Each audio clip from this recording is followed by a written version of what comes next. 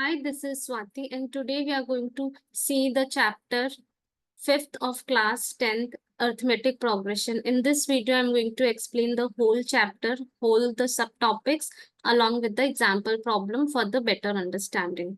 So, firstly, let us see what a progression is. Progression is basically a sequence that follows a certain pattern, certain rule. Now, coming to arithmetic progression, it is a sequence of numbers such that the difference between consecutive terms is one after the other term. So the difference between them is constant, is same throughout. For an example, I have a sequence of numbers 6, 10, 14, 18, and so on. So here, if I find the difference between the consecutive terms, so basically 10 minus 6 is 4, 14 minus 10, the difference is 4, 18 minus 14, the difference is 4. So the difference I can see is constant, is same throughout, which means that this is an AP, follows a certain rule. Now, AP is classified into two parts, finite AP and infinite AP. So these are the two types of AP. Now coming to finite AP, it has fixed number of terms.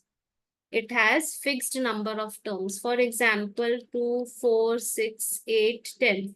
So here I have 5 terms and I can have the last term as well, which is 10th. Whereas the infinite AP, the name itself suggests infinite terms. Infinite terms. For example, 1, 2, 3, 4, and so on. So here in infinite terms, there are infinitely many terms where we also do not know the last term. You cannot get the last term. So this was about an AP. Now coming to the general form of an AP. General form of an AP is A plus D, A plus 2D, A plus 3D, and so on. Now, what are these? So here, as you know, AP is the sequence of numbers. So in the sequence, each number is known as a term. Each number is known as a term. So this is the first term. This is the second term. This is the third term, fourth term, and so on. So the first term is denoted as A1, second is A2, A3, A4, and so on. Now here you can see that A1 is A, A2 is A plus D. Every time when we are getting the next term, the D is being added. So let me write the terms here. A is known as the first term, very important. D is known as the common difference. The common difference should be same throughout, only then we say that yes, it forms an AP. So every time the common difference D is added to the term. So A, and then to get the next term, we add D to the previous term. Now consider the second term. To get the third term, we add D to the previous term, and so on. So if I need to find the nth term, nth term will be denoted as AN. AN means this is the nth term.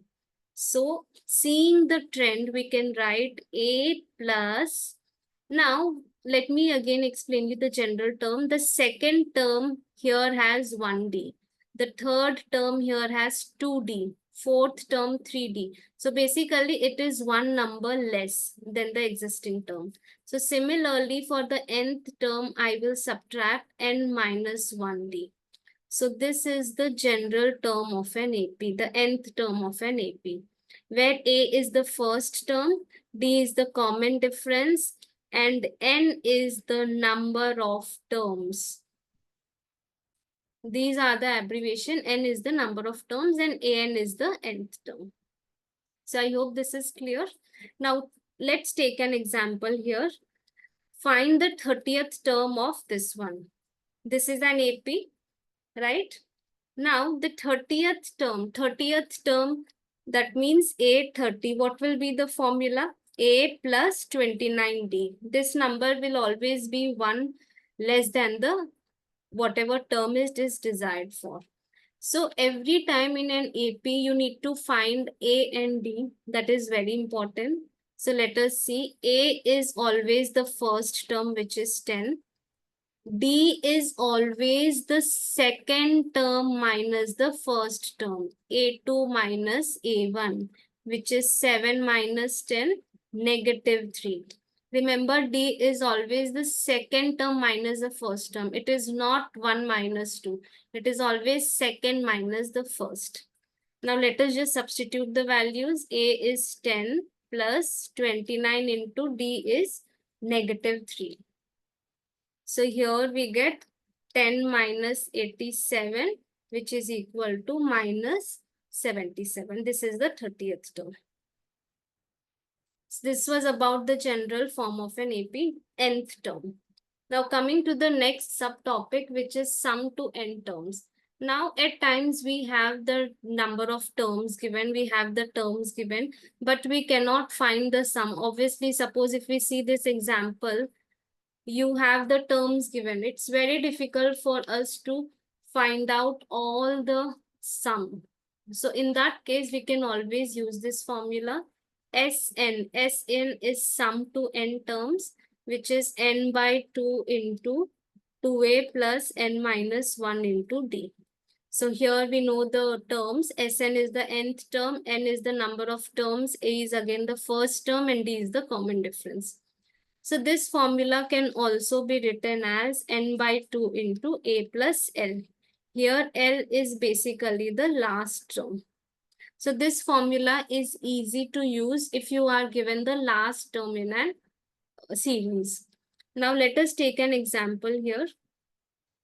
So here we need to find the sum to n terms and we are given the terms. So firstly, we need to find what is A, the first term 34.